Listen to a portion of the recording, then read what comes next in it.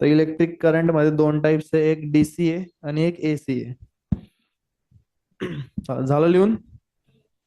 हे बघा, battery connect केली आहे, एक रेजिस्टर आहे.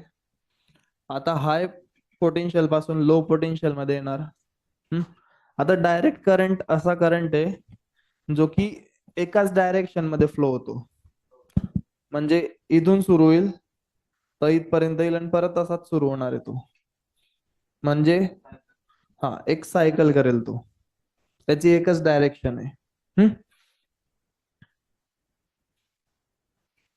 या प्रकारे तो फिरत राहणार, ज्याची फक्त एकच डायरेक्शन आहे, युनिडायरेक्शनल.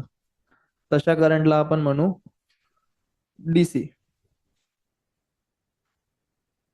जे बॅटरीज मधनं आपण जनरेट करू शकतो.